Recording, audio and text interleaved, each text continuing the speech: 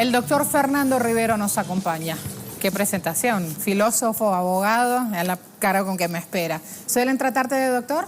No, no. ¿No? No. ¿No es lo común? Prefiero que no lo hagan. ¿Por qué? ¿Marca distancia? Sí, creo que sí. Además no soy doctor, soy abogado. Hay una diferencia. Doctor en leyes, claro. En Argentina los abogados, doctores. Ah, ok. No, acá en Venezuela un abogado es un abogado, un doctor es un doctor. Ajá, un doctor es un médico. Exacto. Se entiende. O un doctor tiene, se entiende también, estudios de cuarto nivel, en este caso un doctorado. Se entiende. Y lo mismo cuando le decimos abogada. Acá se quedan mirando la abogada porque le dicen abogado a las mujeres. Miren qué manera de romper el hielo. Así se habla en Venezuela, así se entra en tema. Y así también en la calle se debate política, Fernando. Desde luego que sí. ¿O no? Todo nuestro pueblo debate política. Es toda una forma completamente distinta de manejarse. Y eso es algo que yo siempre cuento, resalto, muestro al mundo, porque todos hablamos español, pero todos hablamos distinto. Y es válido, completamente válido. ¿Por qué pensás que hoy todos hablamos de política en Venezuela? ¿Dónde está la necesidad? ¿Es solo desahogo? ¿Es solo retórica? ¿Es toda una necesidad de hacer catarsis?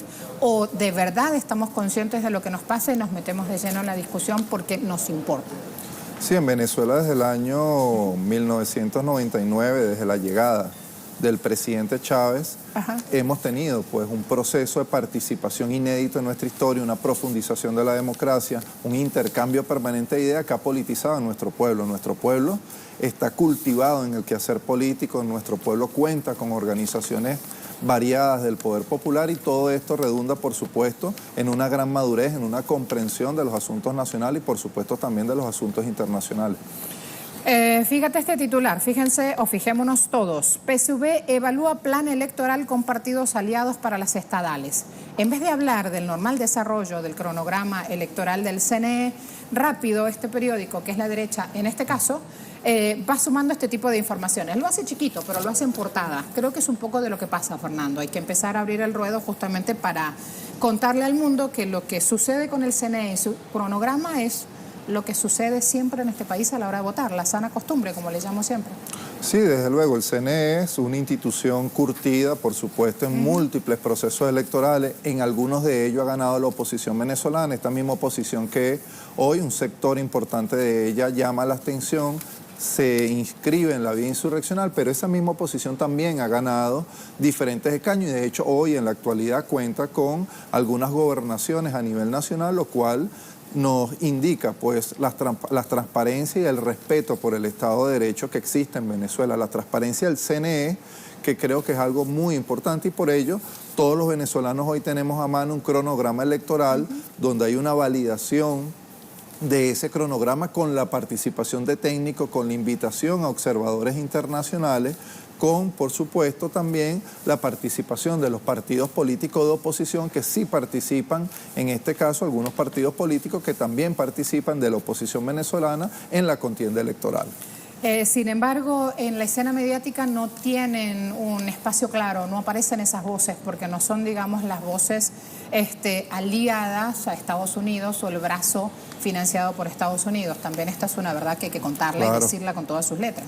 Sí, desde luego, porque que en el caso venezolano nosotros lamentablemente no tenemos, como ha ocurrido en otras latitudes, una oposición vigorosa, una oposición que tenga elementos de dignidad patria, que apueste un proyecto nacional. Nosotros tenemos una oposición que en su gran mayoría está alineada con los planes de la Casa Blanca, que se inscribe además en el contubernio que se está desarrollando con el Grupo de Lima, y tenemos también una oposición que también es neoliberal, pero que participa en este caso, en este momento, liderada por el partido que hoy encabeza Henry Falcón, que hoy participa del proceso electoral. De manera que nosotros tenemos tristemente una oposición que pide abiertamente, por ejemplo, la aplicación en Venezuela de un canal humanitario y lo ha llevado a la mesa de diálogo hoy extinta que se desarrolló en Santo Domingo.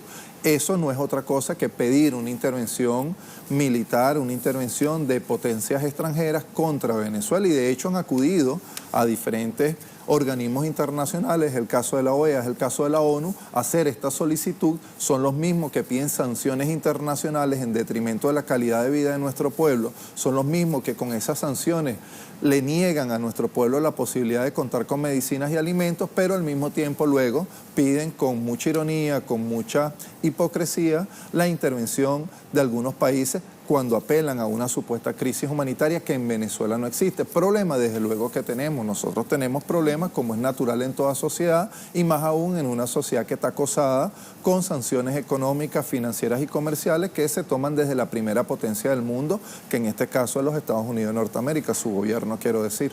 Se entiende. Está buena también esa aclaración diferenciar entre pueblo y gobierno de Estados Unidos.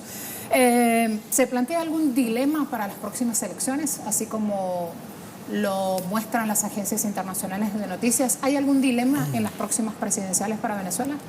Sí, yo creo que hay un dilema que está claro entre dos modelos de país. Por un lado, un modelo que coloca el acento en la vida, en la construcción colectiva de un nuevo modelo de convivencia humana, y por otro lado el neoliberalismo, que ha sido aplicado, digamos, por la fuerza, rajatabla, con una imposición desmedida en Colombia, México, Perú, en Estados Unidos, por supuesto, y otros países de la región.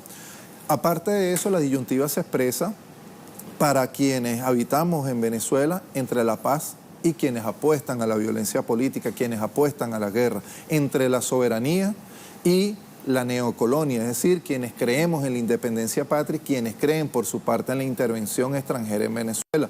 Y por supuesto, dentro de la oposición venezolana tenemos dos sectores, uno que aboga por la vía democrática que se está midiendo en elecciones, aunque nosotros no compartamos su proyecto político, y otro que cree en la vía insurreccional y que, bueno, utiliza, como lo evidenciaron ayer, este tristemente célebre Frente Amplio por la Venezuela Libre, que pide ante los organismos internacionales, ayer lo hizo ante la Organización de Naciones Unidas, sucede acá en la ciudad de Caracas, pide la intervención de Venezuela, pide el apoyo humanitario. Y yo quiero decir también, a propósito de este frente que ha abogado, que se ha recién constituido y aboga por la intervención humanitaria, esta es una especie de reedición de lo que ocurrió con el Consejo Nacional de Transición de Libia o el Consejo Nacional Sirio al inicio de la guerra civil que hoy sufre el país del Medio Oriente. Esto nos da cuenta de que es prácticamente el mismo guión, es un plan, es un esquema preconcebido en las escuelas militares de los Estados Unidos que se desarrolla desde el Pentágono y también, por supuesto, desde el Departamento de Estado, y que se inscribe en la necesidad geopolítica de los Estados Unidos de ir copando espacios para lograr y mantener su hegemonía a nivel global. ¿Es un síntoma de buena salud entonces para la democracia venezolana salir del dilema, ir a votar y participar en las próximas presidenciales? Desde luego que sí, pero no solamente es un síntoma, sino que es una necesidad también, es una necesidad política para crear las condiciones más apropiadas para la solución de todos los problemas. Nosotros hoy, si algo nos estamos disputando... Cuando hablamos de problema, ¿hablamos de convivencia política o generalizamos y hablamos de todos los problemas? Hablamos de todos los problemas, pero creemos que la piedra angular de la solución de los múltiples problemas que vive Venezuela tiene que, o pasa mejor dicho, por la convivencia política. Un país sumergido en la violencia, en el caos, lamentablemente no podrá cometer una labor de patria orientada a salvaguardar los grandes intereses nacionales ni tampoco los sagrados intereses de nuestro pueblo. De manera que la estabilidad política juega un papel importante. Por ello, nosotros hoy, un elemento clave de cara al análisis de por qué, por ejemplo, algunas empresas de comunicación privada niegan la transparencia de este proceso electoral, es porque no estamos disputando la legitimidad. En otras palabras, ellos tratan de boicotear el proceso, de cuestionar su legitimidad para evitar el reconocimiento internacional de un gobierno que va a salir electo de este proceso electoral y que nosotros creemos pues va a refrendar el camino por el cual ya ha optado nuestro pueblo en estas últimas 2 décadas. De forma que en este momento, cuando nosotros observamos lo que ha desarrollado el CNE, ellos lo pasan por debajo de la mesa porque es conveniente, porque así fue diseñado en la gran campaña comunicacional que se desata contra Venezuela. Pero, por ejemplo, no se destaca que en enero pasado fue publicada por la BBC de Londres, una agencia que no guarda relación alguna, una agencia noticiosa que no guarda relación alguna con el gobierno bolivariano, algunas encuestas. Y entre los datos que nos daba ese estudio de opinión decía 65.7% de los venezolanos rechaza a la Mesa de la Unidad Democrática. Esa es la razón fundamental, ese dato que no aparece reflejado en los portales de información, en la prensa, en los medios de comunicación privados, nacionales e internacionales. Ese es el dato que explica por qué un sector importante de la oposición venezolana se niega a participar, por qué cuestiona al árbitro electoral y por lo tanto la legitimidad de este proceso. Está buenísimo que traigas ese dato y que sea de la BBC, porque de este lado del mundo manejamos siempre con bastante frecuencia, porque trabaja la encuestadora con bastante frecuencia, me refiero a Interlaces, manejamos otros datos, pero cuando se menciona Interlaces le dan mayor sesgo directamente diciendo no, Oscar Schemmel, trabaja para el gobierno, esa encuesta no sirve. Quiero ver qué dicen sobre la encuesta de BBC, directamente ha aparecido silenciada, no ha tenido mayor trascendencia, porque no podían bajarla a ese nivel, a ese peldaño mediático como sí lo hacen con Interlaces. Encuestador Interlaces, rapidito, sumo. Trabajo estadístico realizado entre 15 y 28 de febrero. Estamos, martes 13, no te cases ni te embarques. Voy a Interlaces del 15 al 28, 51% de los venezolanos dijo estar dispuesto a votar por Maduro, 39% por un candidato de la oposición. Por Henry Falcón votaría el 11%. Tienen allí ese pulso, ¿no? 51 por Nicolás, 11 por Henry. Hay otro candidato también, ya lo menciono de paso que estoy, Javier Bertucci, pastor de una iglesia cristiana, que votaría un 2% de este universo de encuestados votaría por este hombre. 58% de los venezolanos dijo que va a ir a votar en las presidenciales, otro buen síntoma.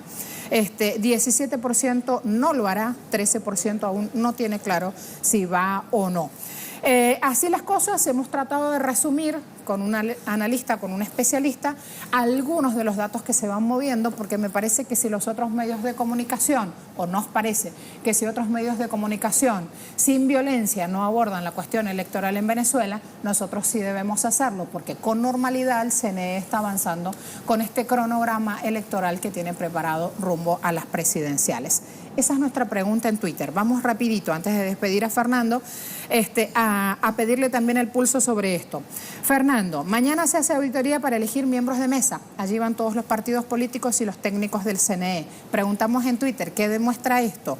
Respuestas, 26% normal desarrollo, 27% transparencia, 10% democracia viva, activa, 37% ninguna de las anteriores, 126 votos. ¿Qué pensás para cerrar ya? ¿Qué demuestra esto? Bueno, creo que en principio la verticalidad ética y el apego irrestricto del CNE al Estado de Derecho, creo que da cuenta de la legitimidad que tiene este proceso, creo que da cuenta de la participación plural de la sociedad venezolana en esta contienda electoral y creo al mismo tiempo que es una gran convocatoria a toda la colectividad venezolana que participe del proceso electoral de mayo venidero. Creo que esto tiene que ser visto por la comunidad internacional como un síntoma importantísimo de lo vigoroso de la democracia venezolana. Nosotros estamos acostumbrados a dirimir las controversias en el plano democrático a través del voto, a través del libre intercambio de ideas y no queremos intervención extranjera. Nosotros creemos que la solución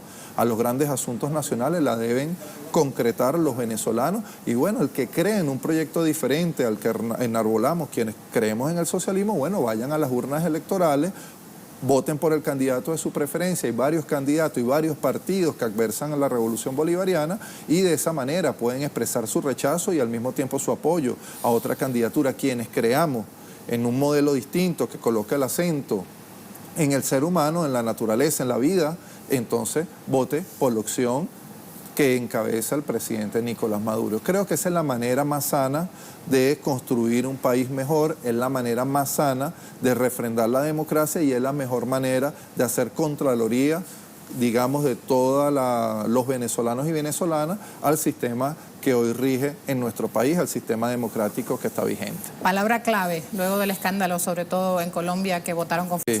Gracias, Fernando. Fernando Gracias Rivero con nosotros. Pausa muy rápida, ya regresamos.